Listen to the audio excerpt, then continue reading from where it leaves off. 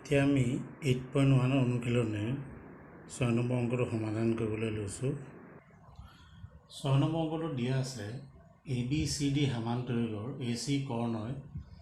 Angle এক সমদ্বিখণ্ডিত কৰিছে। প্ৰমাণ কৰিব লাগে যে AC কৰ্ণডালে C কোণকো সমদ্বিখণ্ডিত কৰিছে আৰু লগতে প্ৰমাণ কৰিব লাগে যে ABCD এটা ৰম্বাস। আমি প্ৰথমতে এইটো আমাৰ সুবিধাৰ কাৰণে এই এংগুলকেইটাৰ নাম দি লৈছোঁ। এইটো লিখিছোঁ 3, এইটো লিখি দিছোঁ 4। এতিয়া এই ত্ৰিভুজটোলৈ আহোঁ, প্ৰমাণত কৰিম। যিহেতু AC কৰ্ণই এংগুল এক সমদ্বিখণ্ডিত কৰিছে, এতেকে ইয়াত এই এংগুল দুটা মই নাম লিখি দিছোঁ। Angle 1 equal to angle 2। তাৰপিছত লিখিম এইটো আমাক দিয়া আছে যিহেতু এটা সমান্তৰিক। তাৰপিছত যাম আকৌ এইটো নাম দি দিম 1। আকৌ ইয়াত চোৱা এই এংগুলটো 1 to 4 লগত সমান, জেড চেপত আছে, একান্তৰ কোণ অল্টাৰনেট ইণ্টিৰিয়ৰ এংগুল। তাৰপিছত এইটো আছে এটা, এতিয়া লিখিম প্ৰথম লিখিম 1 equal two 4, angle 1 is equal to angle 4, এইটো জেড চেপ। এইটো লিখিম একান্তৰ কোণ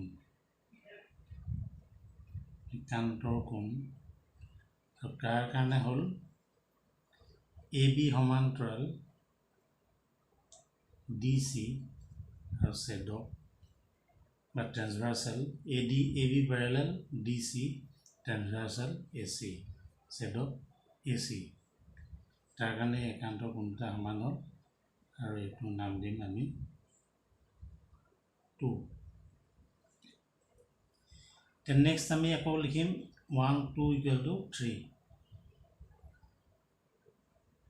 আৰু এংগুল 2 ইকুৱেল টু এংগুল 3। ইয়াতো আগৰ দৰে লিখিম একান্তৰ কোণ।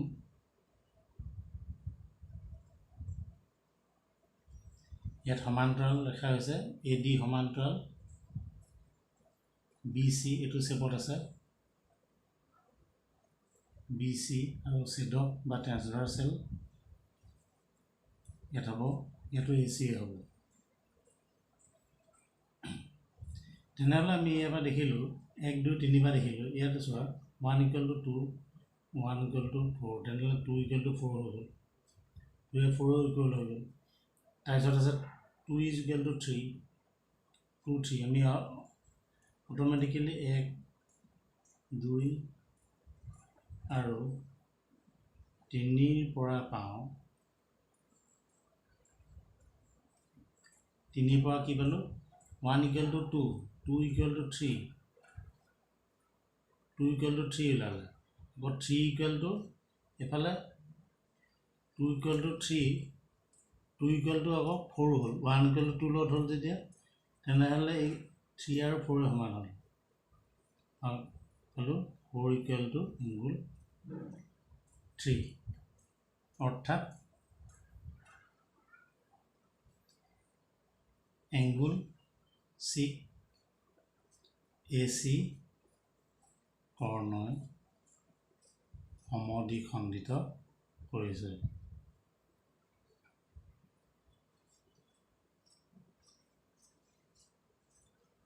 প্ৰমাণিত। তাৰপিছত নেক্সট আৰু এটা আমাক দিছে ABCD, এটা 1 নম্বৰ প্ৰমাণটো হৈ গ'ল। নেক্সট আমাক দিছে ABCD এটা ৰম্বাস বুলি আমি প্ৰমাণ কৰিব লাগে। এইটো আমি এই ত্ৰিভুজ দুটাৰ পৰা আহিম, এই ত্ৰিভুজ দুটা আমি সৰ্বাংগসমূহ দেখাম। এতিয়া আহিম, এতিয়া ত্ৰিভুজ ABC আৰু ত্ৰিভুজ ADC সমান কোণৰ বিপৰীত বাহুৰ ধাৰণাটোলৈ যোৱা নাই এতিয়া আমি সৰ্বাংগ সম দেখাই আমি কৰিলোঁ সেইভাগেও কৰিব পাৰি এতিয়া ইয়াত কৰিম এই কোণ এডজাচেণ্ট এংগুলকেইটা যাম তেতিয়া এডজাচেণ্ট ছাইডকেইটা সমান হৈ যাব আৰু এইটো অট'মেটিকেলি সৰ্বাংগ সম হৈ যাব এতিয়া আমি কৰিম এংগুল 1 এই ছবিটোত চোৱা A B C angle 1 equal to angle 2 এইটো ক'ব পালোঁ আমাক দিয়া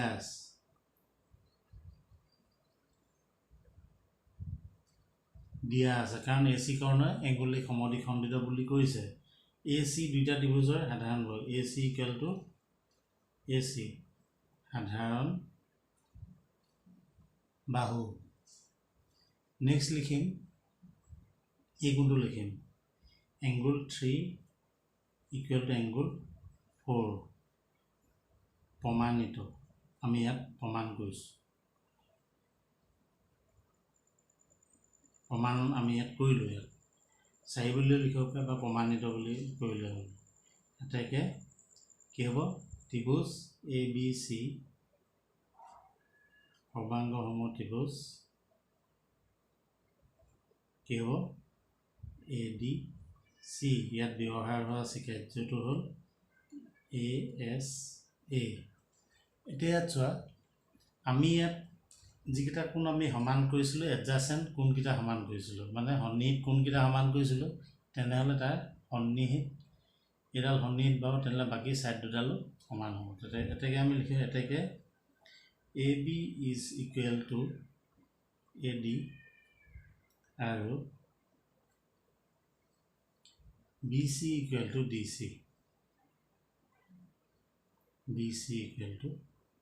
চি এইটো বেকেটত লিখিম চি পি চি টি এইটো আমি নাম্বাৰ এটা দি দিওঁ এইটো আমি ইয়াত ইকুৱেশ্যন নাম্বাৰ 3 দিছিলোঁ এইটো আমি 4 দি দিওঁ আকৌ সমান্তৰিক কি হয় বিপৰীত বাহুবোৰ সমান আকৌ A B is equal to সমানাৰ সমান্তৰাল আছিলে A B equal to D C আৰু আমাক সমান্তৰিক বুলিয়ে দিছিলে আৰু A D equal to B C এটা সমান্তৰিক যিহেতু এ বি চি ডি সমান্তৰিক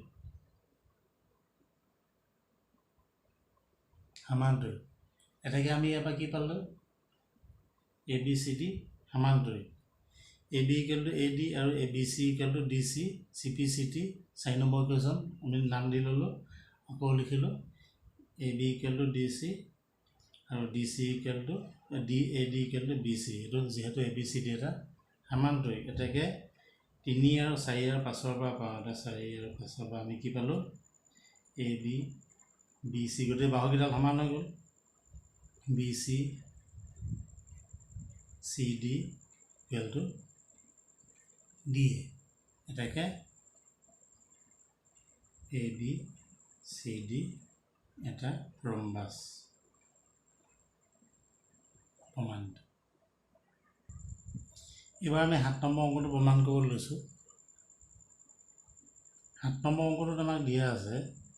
এ বি চি ডি এটা ৰম্বাস বুলি আমাক চিধা দি দিছে আৰু প্ৰমাণ কৰিব লাগে যে এ চি কৰ্ণ এ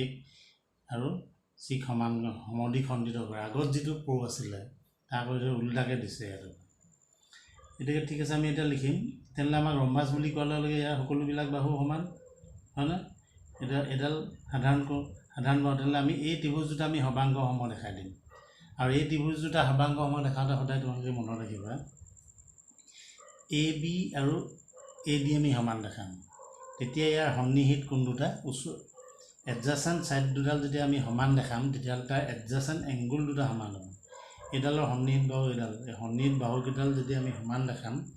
মিনছ ওচৰা ওচৰি বাহু তেতিয়া আমাৰ ওচৰা ওচৰি কোণ দুটা সমান হ'ব সেইটো সদায় মনত ৰাখিবা আমি জানো আমি এ বি ইকুৱেলটো যদি ডি চি কৰি দিওঁ তেতিয়া আমাৰ এইটো এই এংগুলটো ইকুৱেল টু এইটো এংগুলহে আমি দেখাব পাৰিম গম পাইছানে সেইকাৰণে আমি ওচৰৰ বাহু দুডাল ল'ম তেতিয়া ওচৰৰ কোণ দুটা সমান দেখাব পাৰিম ঠিক আছে আমি এতিয়া প্ৰমাণটো লিখোঁ এইটো এটা বহুত ইম্পৰ্টেণ্ট কথা মনত ৰাখিবা। এতিয়া ত্ৰিভুজ ABC আৰু ত্ৰিভুজ ADCৰ প্ৰথম লিখিম এই কোণটো সমান এইটো কোণ। কোণলৈ আমি যোৱা নাই, কোণটো দেখাবই লাগে, আমি বাহুকেইডাল লিখিম দেই, চৰি। প্ৰথম লিখিম এই বাহুডাল ইকুৱেল টু এইডাল, AB ইকুৱেল টু AD। ইয়াত লিখিম ৰম্বাছৰ সকলো বাহু সমান, বাহু সমান হৈ গ'ল। তাৰপিছত বা ওচৰা ওচৰি বাহু সমান, সকলো বাহু সমান যি দিয়ে লিখিব পাৰোঁ। তাৰপিছত আহিম এই সাধাৰণ বাহুডাল AC ইকুৱেল টু AC। সাধাৰণ বাহু এটা কাম কৰোঁ, এইটো পিছত লিখি দিম, DC লিখি দিছোঁ, DC ইকুৱেল টু BC কৰি দিছোঁ। তেতিয়া একেটাতে আমাৰ হৈছে ৰম্বাছৰ সকলো বাহু সমান, এইটো DC কৰি দিলোঁ। নেক্সট লিখিম AC is equal to AC, সাধাৰণ বাহু। সাধাৰণ বাহু এতেকে কি হ'ব, চিকাৰ্য কি হ'ব, বাহু বাহু বাহু চিকাৰ্য মতে ত্ৰিভুজ দুটা সৰ্বাংগ সমূহ। এতেকে ABC সৰ্বাংগ সমূহ ত্ৰিভুজ ADC। ইয়াত ব্যৱহাৰ হ'ল চিকাৰ্যটো SS। এতিয়া আমি লিখি দিম এতেকে angle BAC is equal to angle DAC। Angle DAC এইটো CPCT। একেদৰে আকৌ লিখি দিম আৰু এংগুল এই দুটাই, এইটো আৰু এইটো angle BCA is equal two DCA। এইটো হ'ব CPCT। এতেকে কি হ'ব, ইয়াৰ পৰা আমি কি পালোঁ, এই ওচৰ যে সমান হৈ গ'ল, এইটো সমান, তেনেকৈ এতেকে কি হ'ব AC কৰ্ণৰ এংগুল এতেকে নিদি অৰ্থাৎ বুলি লিখিব পাৰোঁ, অৰ্থাৎ যিহেতু সমানে হৈ গ'ল, অৰ্থাৎ AC কৰ্ণৰ এংগুল আৰু এংগুল C সমদ্বিখণ্ডিত কৰিছে, দ্বিখণ্ডিত কৰিছে। নেক্সট আহিলে BD কৰ্ণ আৰু AC কৰ্ণ সমদ্বিখণ্ডিত কৰিছে। এইটো আমি একেদৰে আমি দেখাব পাৰোঁ যে আমি লিখি দিব পাৰোঁ।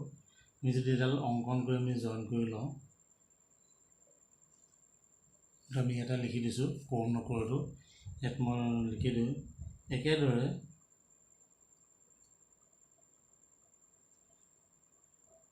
BD কৰ্ণৰ ক্ষেত্ৰত লিখিছোঁ ABD, ত্ৰিভুজ ABD আৰু ত্ৰিভুজ DCB সৰ্বাংগ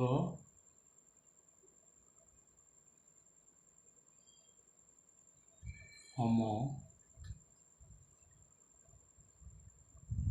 দেখুৱাব পাৰি। এইডোখৰ লিখি দিবা, তোমালোকেতো নিজে কৰিবা, এইটোৰ দৰে নিজে কৰিবা, এইটো মই কৰি নিদিওঁ। আমি একেদৰে মই লিখি দিলোঁ ABD আৰু AC কৰ্ণৰ ক্ষেত্ৰত ABD, আমি এই ত্ৰিভুজ দুটা ল'ম, মই ত্ৰিভুজ দুটা লিখি দিছোঁ, এই দুটা তোমালোকে সৰ্বাংগসমূহ কৰিবা আৰু ঠিক তেনেদৰে বাকী এডজাষ্টেণ্ট এংগুল দুটাও সমান হৈ যাব।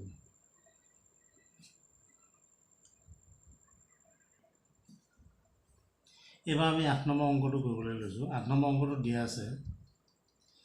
ABCD এটা আয়ত, আগতো ৰম্বাছ বুলি দিছিলে, এইবাৰ আয়ত বুলি দি দিলে। কৰ্ণ AC এংগুল A আৰু এংগুল C সমদ্বিখণ্ডিত কৰিছে। এই দুটা আমাৰ সমদ্বিখণ্ডিত কৰিছে। প্ৰমাণ কৰিব লাগে যে ABCD এটা বৰ্গ। একেটাই কথা, আয়ত বুলি আমাক দি দিলে, কিন্তু আমি এটা বৰ্গ আঁকিবলৈ লৈছোঁ, কাৰণ আমি এটা বৰ্গ বুলি প্ৰমাণ কৰিবলৈ গৈছোঁ, কাৰণ আমি বৰ্গ এটা আঁকি লৈছোঁ, কিন্তু ইয়াক আমি প্ৰথমতে আয়ত বুলি ধৰি লৈছোঁ। এতিয়া আগৰটো নিচিনাকৈ এতিয়া লিখিম প্ৰমাণত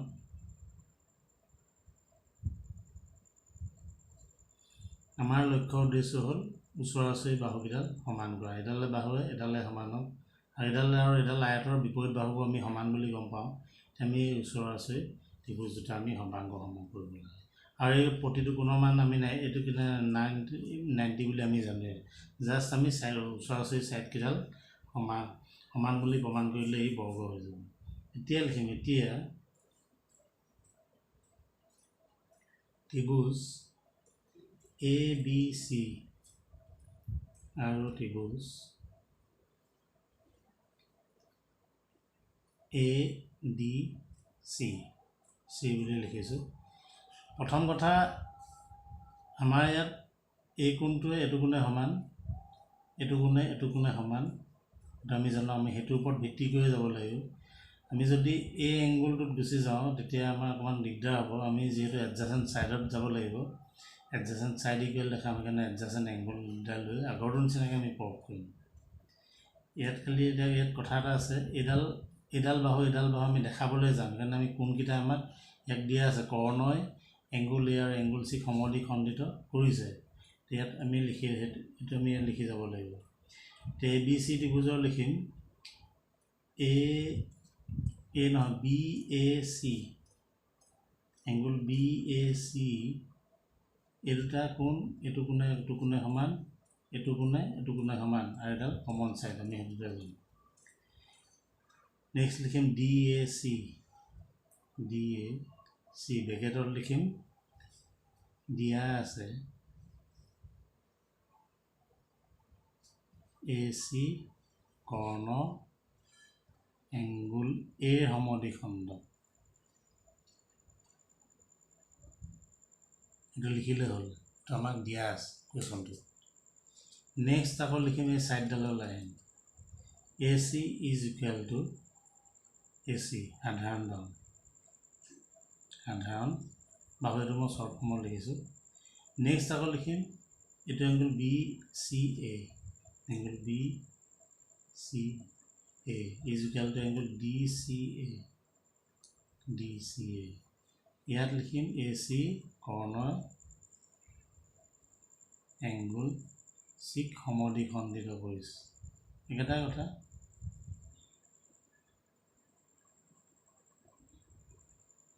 কৈছোঁ অকণমান মই আগত দিয়া আছে লিখিলে অকণমান বেলেগকৈ লিখিলোঁ কথা এটাকৈ লিখিম ত্ৰিভুজ ABC সৰ্বাংগ সমত্ৰিভুজ ADC ইয়াত ব্যৱহাৰ হোৱা চিকাৰ্যটো হ'ল এংগুল ছাইড এংগুল আগৰটোৰ নিচিনাই তেনেহ'লে আমি এডজাচেণ্ট ছাইডকেইটা আমি সমান কৰিম এটাকৈ AB ইকুৱেল টু AD আৰু DC is equal two BC এইটো ক'ব আহিলে CP CT হ'ল তো এক বুলি লিখি লৈছোঁ আকৌ যিহেতু ABCD আয়তৰ বুলি লিখিছোঁ আয়ত বুলি দিয়া আছে না AB ইজ ইকুৱেল টু বিপৰীত বাহুবোৰ সমান আয়তৰ আৰু AD is equal two BC গতিকে 1 আৰু 2 পৰা পাওঁ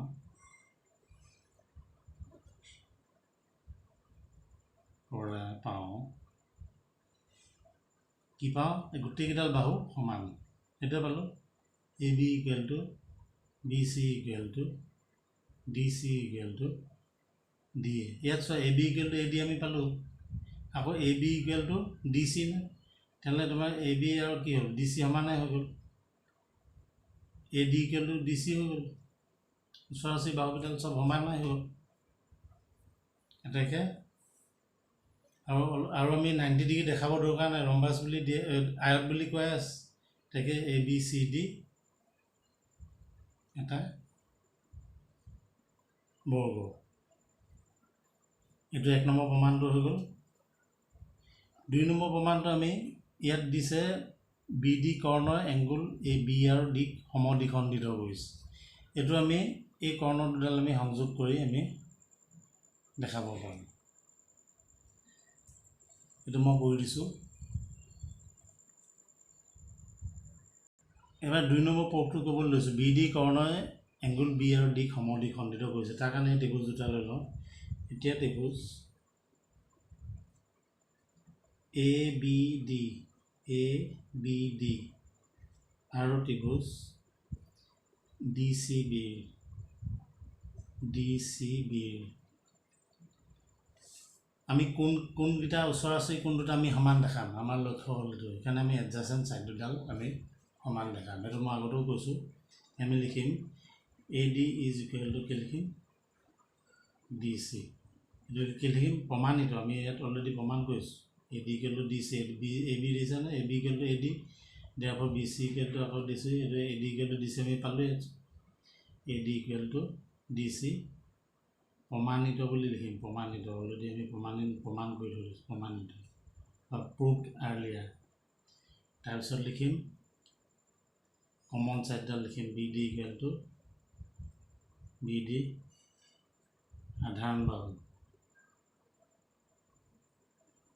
সাধাৰণ বাহু আৰু কি লিখিম A D equal to D C লিখিম এবাৰ A B equal to B C লিখিম A B equal to B C ইয়াত আমি প্ৰমাণ কৰি দিছোঁ এ বি বি চি প্ৰমাণিত এটাকে কি হ'ব ত্ৰিভুজ এ বি ডি সৰ্বাংগ সমত্ৰিভুজ ডি চি বি ইয়াৰ ইয়াত চিকাৰ্যটো হ'ল এছ চিকাৰ্য মতে ত্ৰিভুজ দুটা সৰ্বাংগ সম হৈ গ'ল এতিয়া ইয়াত চোৱা আমি ইয়াত যিহেতু এডজাসেন্ট সাইড সমান কৰিছিলোঁ তেনেহ'লে এডজাসেন্ট এংগুলকেইটা সমান তেনেহ'লে এইটো কোণে সমান আৰু এইটো কোণে সমান এতেকে angle A D B is equal to angle D C D B আৰু এংগুল এইটো লিখিম A B D is equal to angle C B D এইটো আৰু এইটো এংগুল মই দেখাই আছোঁ ইয়াত এইটো আৰু গোটেইকেইটা ৰিজনটো হ'ল চি পি চি টি অৰ্থাৎ বি ডি কৰ্ণই এংগুল বি আৰু ডি সমদ্বিখণ্ডিত কৰিছে প্ৰমাণিত